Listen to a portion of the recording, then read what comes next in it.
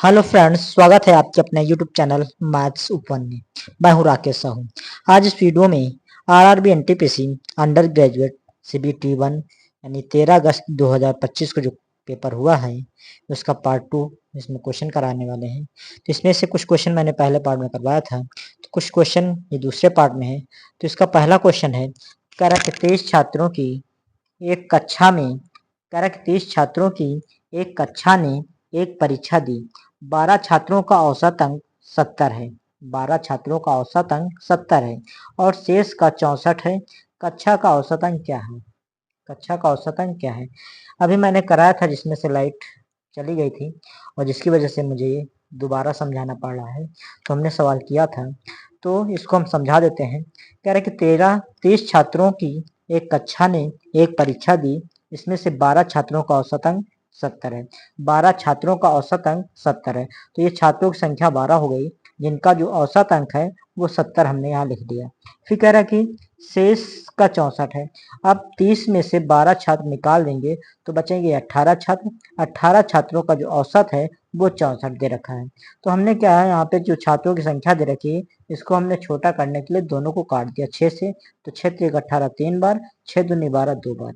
अब मानेंगे, सोचेंगे कि दो छात्र हैं जिनका जो औसत है वो 70 है, तो टोटल कितना अंक हो जाएगा? 2 को 70 से गुणा करेंगे 140 हो जाएगा। और इधर 3 छात्र हैं जिनका औसत 64 है, तो कुल अंक कितना हो जाएगा? इसको इससे हमने गुणा कर लिया तो 192 हो गया। दोनों को जोड़ लेंगे और बट्टे कुल संख्या से भाग कर देंगे, तो हमारा एवरेज यानी औसत निकाल आएगा, क्योंकि एवरेज बराबर होता है योग बट्टा n। तो कुल संख्या 2 और 3 जोड़ेंगे तो हो जाएंगे 5 छात्र, 5 से कर देंगे भाग। इसको जोड़ा हमने तो 332 आया। 332 को हमने 5 से भाग कर दिया तो 66.4 आया। तो 66.4 आया, यही आपका औसत अंक होगा, एवरेज होगा। इसी प्रकार अगला क्वेश्चन हमने बताया था अभी कि ये 12,200 रुपए का कुल लाभ पी क्यू और आर के बीच इस प्रकार बांटा जाना है कि पी अनुपात क्यू बराबर दे रखा 15:4 और क्यू अनुपात आर बराबर 3:1। तो लाभ में आर का हिस्सा क्या है? लाभ में आर का हिस्सा क्या है? 12,200 रुपए है, जिसको पी क्यू आर के बीच बांटा गया है और आर का हिस्सा पूछा जा रहा है। तो पी क्यू के बीच जो अनुपात दे रखा है वो 15:4 दे रखा है। 15:4 दे रखा है, 15:4। फिर क्यू और आर के बीच जो अनुपात मान दे रखा था 3:1 दे रखा है। अब यहाँ पर पी अनुपात क्यू है, फिर क्यू अनुपात आर है। क्यू 2 बार है, तो यहाँ पर क्यू का मान हम बराबर करेंगे। तो क्यू का मान कैसे बराबर करेंगे? यहाँ क्यू का मान 4 दे रखा है, तो इसमें हम दोनों में गुणा कर देंगे 4 से। यहाँ 4 से गुणा कर दिया। यहाँ पे क्यू का मान 3 है, तो 3 में यहाँ पे हमने दोनों में गुणा कर दिया। तो 3 को इससे गुणा करेंगे 15 3 45 हो जाएगा। फिर 3 चौक 12 हो जाएगा। इधर गुणा करेंगे 4 3 12 हो जाएगा, 4 1 4 हो जाएगा। अब यहाँ पे जो आया है 45:12, फिर 12:4 आया है। तो यहाँ पे क्यू का मान 12 है, फिर क्यू का मान 12 है, तो हम दोनों को एक बार लिखेंगे। तो यहाँ P अनुपात Q अनुपात R, इसका जो अनुपातिक मान होगा अनुपातिक, तो P का 45 हो जाएगा। Q का 12 तो एक बार लिखेंगे 12, और R का मान दे रखा 4। यह अनुपातिक मान आया कि P का अनुपातिक मान 45 है, Q का 12 है और R का अनुपातिक मान 4 है। अब जो अनुपातिक आया इसको हम जोड़ लेंगे, अनुपातिक मान कुल जोड़ लेंगे तो ये अनुपातिक मान कहलाएगा। तो 45 12 और 4 जोड़ेंगे तो 61 हो जाएगा और ये अनुपातिक योग कहलाएगा। जबकि इस पी क्यू आर के बीच जो रुपया बांटा जा रहा है 12,200 रुपया बांटा जा रहा है। 12,200 रुपया का कुल लाभ पी क्यू आर में बांटा गया। तो जो 12,200 रुपया है वो अनुपातिक योग के बराबर कर देंगे। तो यहाँ पर अनुपातिक योग 61 है, 61 बराबर हो जाएगा 12,200। अब यहाँ से अनुपातिक 1 का मान निकालेंगे तो 61 इसके बट्टे चला जाएगा। इसको काट देंगे तो अनुपातिक 1 का मान आ जाएगा 200। कह रहा था आर का हिस्सा क्या है? आर का हिस्सा बताना है कि लाभ में आर का हिस्सा क्या है। तो आर का जो हिस्सा है अनुपात में 4 दे रखा है, तो अनुपातिक 1 का मान 200 है, तो अनुपातिक 4 का मान 200 गुणे 4 हो जाएगा। 4 को 2 से गुणा कर देंगे, 4 दूनी 800 हो जाएगा। तो आर का जो हिस्सा होगा वो 800 रुपया होगा और यही आपका आंसर होगा। इसी प्रकार अगला क्वेश्चन हमने बताया था, कह रहा कि 1 घंटे में एक नाव धारा की दिशा में 47 किलोमीटर और धारा के विपरीत दिशा में 19 किलोमीटर जाती है। धारा की गति क्या है? कह रहा कि 1 घंटे में एक नाव जो है वो धारा की दिशा में 47 किलोमीटर प्रति घंटा और धारा के विपरीत दिशा में 19 किलोमीटर प्रति घंटा जाती है। धारा की गति यानी चाल बतानी है। तो जो नाव है धारा की दिशा में जाएगी तो उसकी चाल जुड़ जाएगी और वहीं पर जब धारा की विपरीत जाती है तो वहां पर उसकी चाल घट जाती है। तो हम मान लेते हैं कुछ नाव की चाल माना x किलोमीटर प्रति घंटा और धारा की चाल हमने मान लिया y किलोमीटर प्रति घंटा। जब नाव धारा की दिशा में जाती है तो दोनों की चाल जुड़ जाती है, यानी कि नाव की चाल प्लस धारा की चाल। तो x प्लस वाई बराबर 47 जो कि दिया हुआ है। तो इस धारा की दिशा में नाव की चाल 47 किलोमीटर प्रति घंटा दे रखा है और फिर धारा की विपरीत दिशा में 19 किलोमीटर प्रति घंटा दे रखा है। तो धारा की विपरीत दिशा में जब नाव की चाल निकालेंगे तो x माइनस वाई हो जाएगा, यानी कि नाव की चाल में धारा की चाल घट जाती है। तो x माइनस वाई बराबर हो जाएगा धारा के विपरीत दिशा में नाव की चाल, जो कि दे रखा है 19 किलोमीटर प्रति घंटा। हमें धारा की चाल बताना है, धारा की गति। तो धारा की गति हमने माना है y। तो धारा की गति जब भी बताना है तो क्या करेंगे, दोनों को घटा के 2 से भाग कर देंगे, यानी कि धारा की गति, धारा का मान छोटा है यानी y का मान निकालना है धारा की गति। तो क्या करेंगे, दोनों को घटा के 2 से भाग कर देंगे। अगर यहाँ पे नाव की गति निकालना होगी, नाव की गति यानी नाव की चाल, तो यहाँ पे x का मान निकालना होगा यानी प्लस का मान निकालना पड़ेगा। तो वहां पे हम दोनों को जोड़ के 2 से भाग करते हैं। धारा की चाल निकालना है यानी कम वाला मान निकालना है, तो दोनों को घटा के 2 से भाग करेंगे। तो 47 माइनस 19 कर देंगे, बचेगा 28 बट्टे 2 कर देंगे, भाग कर देंगे और हमारा 14 निकल के आएगा। धारा की जो गति होगी वो 14 किलोमीटर प्रति घंटा होगी। यही आपका आंसर होगा। इसी प्रकार अगला क्वेश्चन है, अगला क्वेश्चन देख लेते हैं। साधारण ब्याज से है, कह साधारण ब्याज पर प्रति वर्ष किस दर यानी प्रतिशत में पर कोई धनराशि 10 वर्षों में तिगुनी हो जाएगी। कह रहा साधारण ब्याज पर प्रति वर्ष किस दर पर कोई धनराशि 10 वर्षों में तिगुनी हो जाएगी। दर पूछा जा रहा, रेट पूछा जा रहा। कह रहा कि साधारण ब्याज पर प्रति वर्ष किस दर पर कोई धनराशि 10 वर्षों में तिगुनी हो जाएगी। 3 गुनी हो जाएगी, 4 गुनी या 5 गुनी। तो जितनी गुनी होगी तो साधारण ब्याज में उसका परसेंटेज ब्याज होगा, उसमें से जितना गुना कहेगा उसमें से एक हटा देंगे और 100 से गुणा कर देंगे तो परसेंटेज ब्याज हो जाएगा एसआई हो जाएगा, यानी कि तिगुनी कह रहा है, इसमें से एक हटा देंगे बचेगा 2 को हम 100 से गुणा कर देंगे तो ये हो जाएगा परसेंटेज ब्याज 200 हो जाएगा। कह रहा कि ब्याज दर बतानी है तो परसेंटेज ब्याज में हम टाइम से भाग दे देंगे तो हमारा रेट निकल आएगा। परसेंटेज ब्याज में, ये परसेंटेज ब्याज है, परसेंटेज ब्याज में हम अगर टाइम से भाग देते हैं, परसेंटेज ब्याज में अगर टाइम से भाग दे देंगे तो हमारा रेट निकल के आएगा रेट। तो परसेंटेज ब्याज 200 है, 200 को हम 10 से भाग कर देंगे तो हमारा रेट निकल जाएगा। इसको काट देंगे तो 10 दूना 20 और ये 0। तो कह रहा कि दर क्या है, दर निकल के आ जाएगी 20% वार्षिक।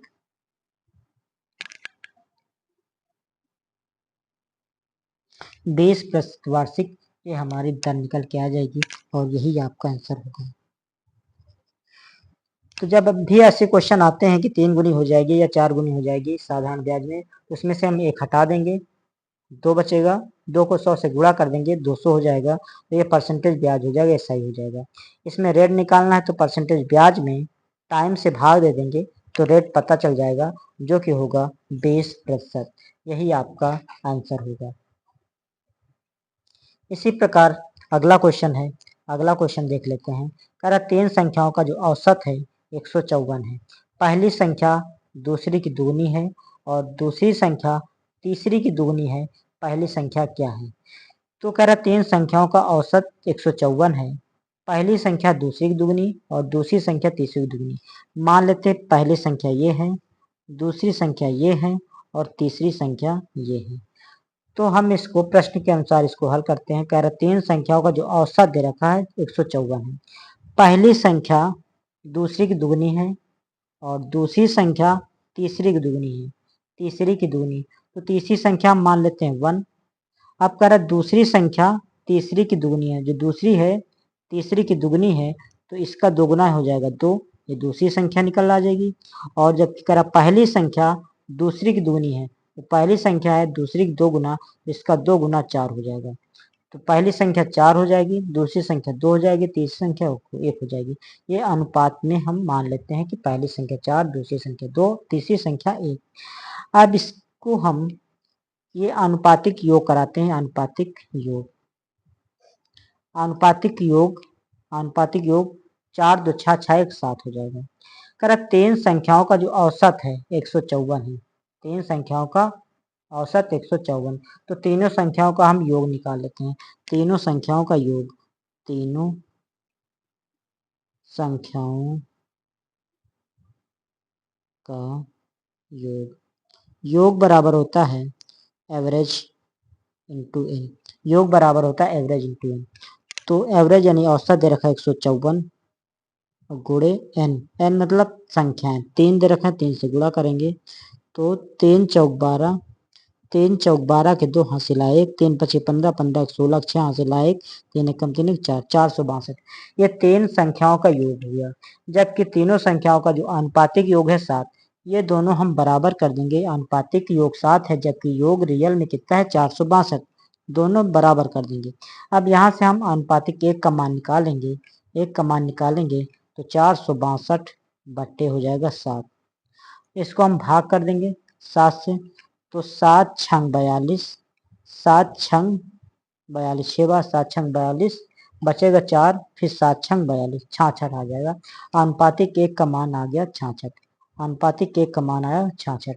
निकालना है पहली संख्या क्या है, पहली संख्या निकालना है। तो पहली संख्या 4 दे रखी है, आनुपातिक में 4 है, तो पहली संख्या बताना, तो पहली संख्या 4 है तो इसी का मान हमको निकालना है। तो पहली संख्या, पहली संख्या, पहली संख्या बताना, पहली संख्या अनुपात में 4 है, इसी का मान बताना। पहली संख्या अनुपातिक 1 का मान 66 है, तो 4 का मान क्या होगा, 4 से गुणा कर देंगे तो पहली संख्या पता चल जाएगा। 4 छंग 24 के 4 हासिल आए 2, 4 छंग 24, 24 2 26 हो जाएगा। 264 पहली संख्या हो जाएगी और यही आपका आंसर होगा। तो पहली जो संख्या होगी वो 264 होगी और यही आपका आंसर होगा। इसी प्रकार अगला क्वेश्चन है, अगला क्वेश्चन देख लेते हैं। कह रहा कि यदि इकाई, दहाई, सैकड़ा, हजार, 10,000, लाख, 6,60,000 रुपए की राशि को एक वर्ष के लिए 2% प्रतिवर्ष की दर से अर्धवार्षिक रूप से संयोजित किया जाता है तो चक्रवृद्धि ब्याज ज्ञात कीजिए। चक्रवृद्धि ब्याज यानी CI बताना है। तो कह रहा कि इकाई, दहाई, सैकड़ा, हजार, 10,000, लाख, 6,60,000 रुपए की जो राशि है एक वर्ष के लिए 2% प्रतिवर्ष की दर से अर्धवार्षिक रूप से संयोजित किया जाता है। अर्धवार्षिक रूप से संयोजित किया जाता है तो चक्रवृद्धि ब्याज बताना है। रेट दे रखा है, रेट दे रखा है 2% वार्षिक, वार्षिक। ये अर्धवार्षिक संयोजित किया जाता है तो रेट को हम 2 से भाग कर देंगे, 2 से भाग कर देंगे तो 2 एकम 2, 1%, ये अर्धवार्षिक हो जाएगा यानी छमाही हो जाएगी, छमाही हो जाएगी। और कह रहा कि एक वर्ष के लिए टाइम दे रखा है, एक वर्ष, एक वर्ष टाइम दे रखा है, इसको भी हम छमाही में चेंज कर लेंगे तो इसमें 2 से गुणा कर देंगे, तो 2 से गुणा कर देंगे तो 2 छमाही आ जाएगा, 2 छमाही। अब जो भी क्वेश्चन इसके आगे जो भी बनाएंगे तो रेट हम 1% लेंगे, टाइम 2 लेंगे, इसके आधार पे हम इसको हल करेंगे। कह रहा है कि 6,60,000 रुपए की राशि एक वर्ष के लिए 2% प्रतिवर्ष की दर से अर्धवार्षिक रूप से संयोजित किया जाता है तो चक्रवृद्धि ब्याज ज्ञात कीजिए। चक्रवृद्धि ब्याज ज्ञात करना यानी अब रेट 1% लेना है, टाइम 2 छमाही लेना है, इसके आधार पे बताना है चक्रवृद्धि ब्याज क्या होगा। तो चक्रवृद्धि ब्याज बताना है, तो चक्रवृद्धि ब्याज बताना है, इसको हम अनुपात के केस से हल कर लेते हैं। तो 2 वर्ष यानी कि टाइम जब 2 है तो 2 वर्ष के लिए जो अनुपात के नियम से 2 के लिए यानी कि 2 छमाही है, 2 छमाही है, तो 2 के लिए जो अनुपात होता है अनुपातिक नियम से इसको हम हल कर लेते हैं। तो 2:1 होता है, यानी कि छमाही के लिए 2 छमाही के लिए 2 छमाही छमाही की संख्या 2 दे रखी है। इसके लिए जो अनुपातिक मान होता है अनुपातिक में अनुपात रेशियो से यानी रेशियो मेथड से इसको हल अगर करेंगे तो 2:1 होगा, यानी कि 2 छमाही के लिए 2:1। अब इसको हम कैसे हल करेंगे? अब इसमें जो दे रखा है 6,60,000, इसका हम 1% निकालेंगे तो 6,66,000 1 2 3 4 0 1 2 3 4 0, इसका हम 1% निकालेंगे, ये वाला 1% निकालेंगे गुणे 1/100। 2 जीरो से 2 जीरो कैंसिल हो जाएगा, बचेगा इसको इससे गुणा करेंगे तो इसको इससे गुणा करेंगे तो हो जाएगा 6600, ये हो गया। अब 6,600 को फिर हम 1% निकालेंगे। अब 6,600 का फिर 1% निकालेंगे तो 2 जीरो से 2 जीरो कैंसिल, 66 एकम 66, यहाँ 66 एकम 66 हो जाएगा। ये रेशियो मेथड से इसको हम हल करा रहे हैं। अब इसको हम क्या करेंगे?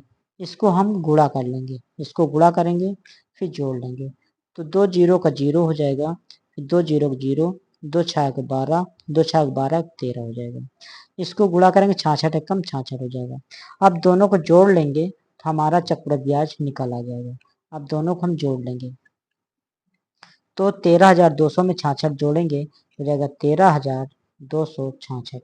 13,266 ये चक्रवृद्धि ब्याज हो जाएगा, चक्रवृद्धि ब्याज। तो चक्रवृद्धि ब्याज हो जाएगा 13,266, यही हमारा आंसर हो जाएगा। ये रेशियो मेथड था, रेशियो मेथड से कि 2 छमाही के लिए या अगर 2 वर्ष में होता तो भी यही करते 2:1। तो यहाँ छमाही में 2 आया है तो 2 के लिए 2:1, यहाँ पे 2:1 हो जाएगा। 2:1 होगा तो पहले हम इसका जो दे रखा था राशि, इसका हम पहले 1% निकालेंगे। 1% कितना आया? 1% आएगा हमारा 6,600, तो इसके नीचे करेंगे। फिर इसी का हम 1% निकालेंगे तो 66 आएगा, इसके नीचे करेंगे। इसका गुणा यहाँ करेंगे, इसका गुणा यहाँ करेंगे, दोनों को जोड़ लेंगे तो हमारा चक्रवृद्धि ब्याज निकल के आ जाएगा और यही आपका आंसर होगा 13,266 रुपया। इसी प्रकार अगला क्वेश्चन है, एक ट्रिग्नोमेट्री से है, इसको हम देख लेते हैं। करेक्ट 2 cos A बट्टे 1 minus sine A plus 2 cos A बट्टे 1 प्लस साइन ए ब्रैकेट बंद गुणे 3 under root sec square A minus 1, इसका मान पूछा जा रहा क्या है। तो इसमें हम देखेंगे कि जो ऊपर 2 cos A मैच करा तो उसमें हम कॉमन ले लेते हैं 2 cos A।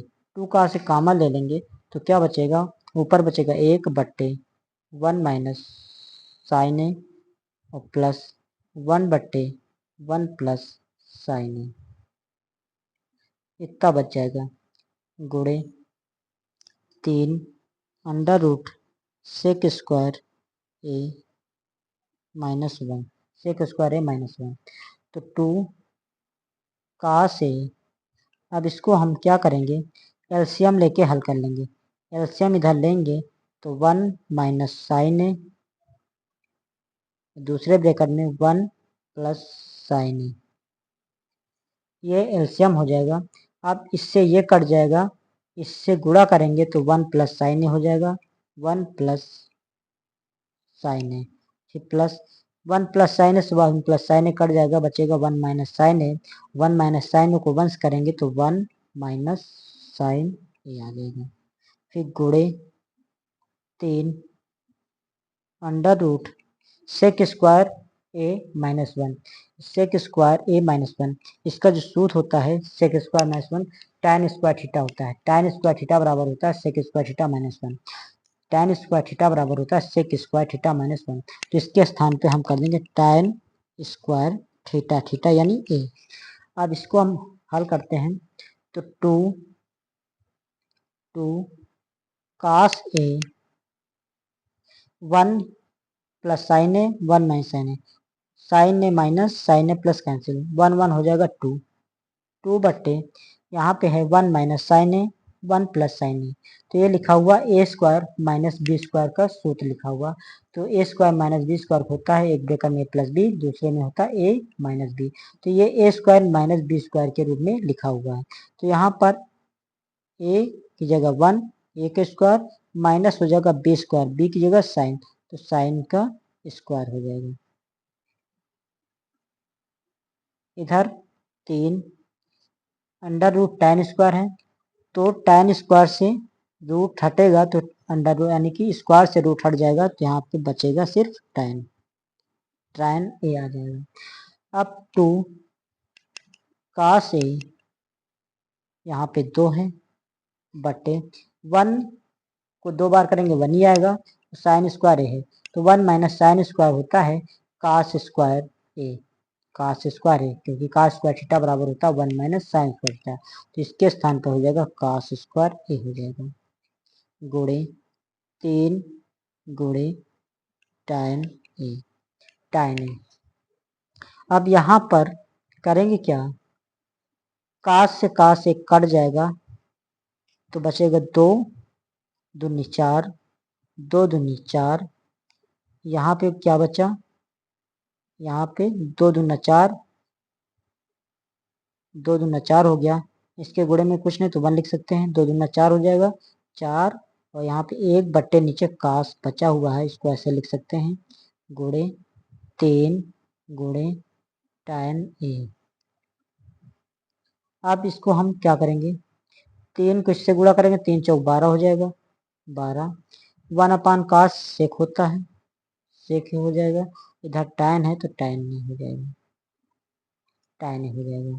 तो इसका जो आंसर हो जाएगा 12 सेक ए tan ए हो जाएगा, और यही आपका आंसर होगा 12 सेक ए इंटू tan ए, यही आपका आंसर होगा। तो ओके मित्रों, आज का वीडियो यहीं तक रखते हैं, फिर मिलते हैं नेक्स्ट वीडियो में। वीडियो पसंद आए तो लाइक कीजिए, चैनल को सब्सक्राइब कीजिए। धन्यवाद।